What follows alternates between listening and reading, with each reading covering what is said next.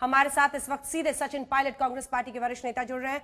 सचिन पायलट जी, मेरा पहला सवाल आपसे यही, तीनों कृषि बिल वापस लेने की मांग किसान कर रहे हैं, उनका एमएसपी पर उनको लिखित गारंटी चाहिए। कांग्रेस फोरफ्रंट पर है और इन बिल्स को अब अपोज कर रही है। सवाल यह है कि क्या स्टैंड है आपका, क्योंकि आपने खुद ही अपने स्टैंड को, जिसमें पिछली बार आपने प्रॉमिस किया था 2019 में इलेक्शन मैनिफेस्टो में कि एपीएमसी एक्ट को वापस लेंगे, एसेंशियल कमोडिटीज एक्ट को वापस लेंगे, अब उन्हीं के खिलाफ आपको अपना स्टैंड खड़ा करना पड़ रहा है। आपकी क्या सोच है तीनों कृषि बिल पर? पहली बात तो ये मुद्दा कांग्रेस पार्टी का या किसी और पार्टी का नहीं है, ये मुद्दा देश के किसानों का है। और आज हिंदुस्तान भर के किसान सड़कों पर आकर आंदोलित किस लिए हैं?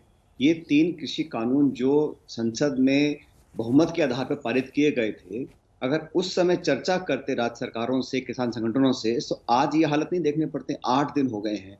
आप बार बार कहते हैं कि कांग्रेस पार्टी का स्टैंड बड़ा स्पष्ट है। हमने कहा कि मंडी के अलावा कोई विकल्प होगा तो निश्चित रूप से करेंगे उसको, लेकिन हम लोगों ने कभी नहीं कहा था कि हम 3 ऐसे कानून बनाएंगे जहां पर किसान बेबस हो जाएगा। कोरोना काल में अर्थव्यवस्था चरमरा रही है और आप किसान जो हमारा अन्नदाता है उससे बिना वार्ता करे आप कह रहे हैं कांग्रेस की बात। एनडीए का घटक दल पूरा टूट गया, उनके मंत्री इस्तीफा दे रहे हैं, अलग अलग सहयोगी दल अलग अलग राज्यों में अपना हाथ खींच खींच रहे हैं, आज लोग अवार्ड वापस कर रहे हैं। कांग्रेस ने इतना कहा कि हमने पहली बात तो कहीं पर राजनीति नहीं करी, लेकिन सही मुद्दे पर अगर अपनी बात को रखना है तो कांग्रेस पार्टी रख रही है। और मैं आज फिर दोहराना चाहता हूं मेरी पार्टी की तरफ से, हम लोग किसानों के साथ हैं।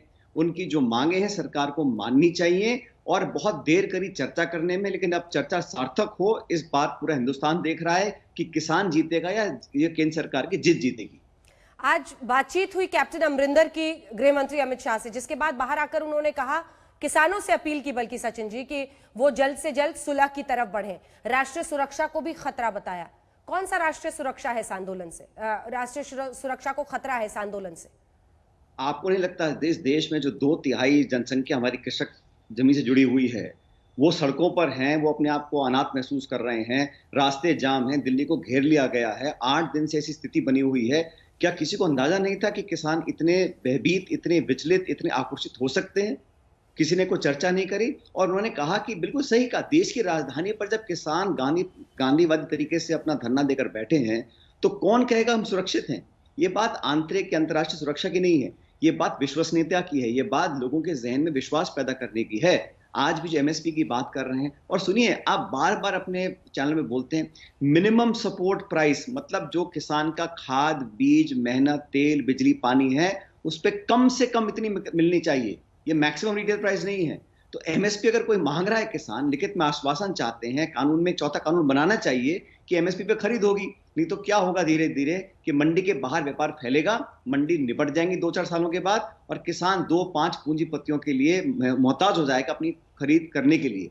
ये बहुत दूर भविष्य की बात नहीं कर रहे हैं, ये इनसिक्योरिटी किसानों के मन में है। इसमें ना तो किसी पार्टी का लेना देना है, ना किसी दल का है, लेकिन केंद्र सरकार ने जो काम किया है उसका ही परिणाम है कि आज पूरा देश इस संकट से गुजर रहा है। ठीक है, आपका कहना है कि ये तीनों बिल हैं उसको वापस ले सरकार, और साथ ही आप कह रहे हैं एमएसपी को लेकर गंभीरता सरकार दिखाए। लेकिन मेरा सवाल आपसे यही है सचिन जी कि 2014 के बाद से ही एमएसपी नहीं मिल रहा है या पहले भी नहीं मिल रहा था? कानूनी गारंटी न दशकों तक कभी कांग्रेस पार्टी ने दी।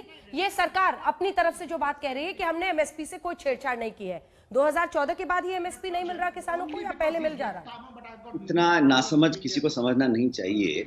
क्योंकि एमएसपी का जिक्र नहीं किया इसलिए आपको लगता है कि अश्योरेंस मिल गई है। अगर कोई, आप कांग्रेस पार्टी की बात करती हैं, हम जब सरकार में थे तब आप आलोचना करते थे, अब 6 साल से विपक्ष में बैठे हैं, अभी भी आप कांग्रेस को देख रहे हो। हमने इसमें क्या किया भाई? हमने तो हाथ जोड़ के निवेदन किया कि ये कानून जो है संसद में पारित नहीं होना चाहिए, अध्यादेश लेकर आए, जबरदस्ती पास किया गया। अब किसान सड़कों पर हैं, अब उनसे बात कर लगातार बात टालते चले जा रहे हैं। हम ये नहीं कहते कि 100% एमएसपी खरीद होती थी, लेकिन कोशिश तो करें। अगर आप हाथ खींच लेंगे, निजी लोगों को आप लिए बाजार खोल देंगे, उसमें आप कानून पढ़िएगा, उसमें इतनी बारीकी से किसानों को शोषण करने की योजना बनी हुई है कि आप कल्पना नहीं कर सकते हैं। कानूनी प्रावधान नहीं है। बड़े उद्योगपति अगर पैसा लेके किसान का वापस नहीं करते हैं, अगर फसल का पैसा नहीं देते हैं, आप कोर्ट नहीं जा सकते हैं, सिर्फ एसडीएम कलेक्टर के पास जा सकते हैं। तो कलेक्टर आप 2 बीघे के किसान की जो जोत है उसकी भरपाई करेगा या पूरे जिले को चलाएगा? ये इम्प्रैक्टिकल है। ये धीरे धीरे इस पूरी व्यवस्था को चरमराकर 2, 5, 6 लोग उसका मोनोपोलाइज कर लेंगे, इस प्रकार की आशंका लोगों के मन में है। मैं फिर दोहराता हूं, आज जरूरत इस बात की है कि देश का किसान जो जमीन फाड़ कर अनाज पैदा करता है, सीना चीर कर अपना और जमीन का, वो अनाज से हम पेट भरते हैं। हम आज सैनिक हमारे मजबूत हैं, अर्थव्यवस्था मजबूत है, क्योंकि हमारे पेट भरे हुए हैं। उन किसानों को अश्योर करने में क्या कमी है सरकार को? सरकार की इतनी बड़ा बहुमत है, ताकत है, उस किसान को आश्वासित करिए, भरोसे में रखिए। और विचलित किसान पूरी दिल्ली में आके बैठे हैं, उनके मन में लगना चाहिए कि ये सरकार हमारी बात सुन सकती है। कृषि जो कानून है कोई आसमान से तो आए नहीं है, संशोधन करिए, वापस ले लीजिए और एमएसपी का अश्योरेंस दे दीजिए। यही तो किसान मांग रहे हैं। तो इसमें इतना दूर बात खींचने का मतलब ही कहाँ है?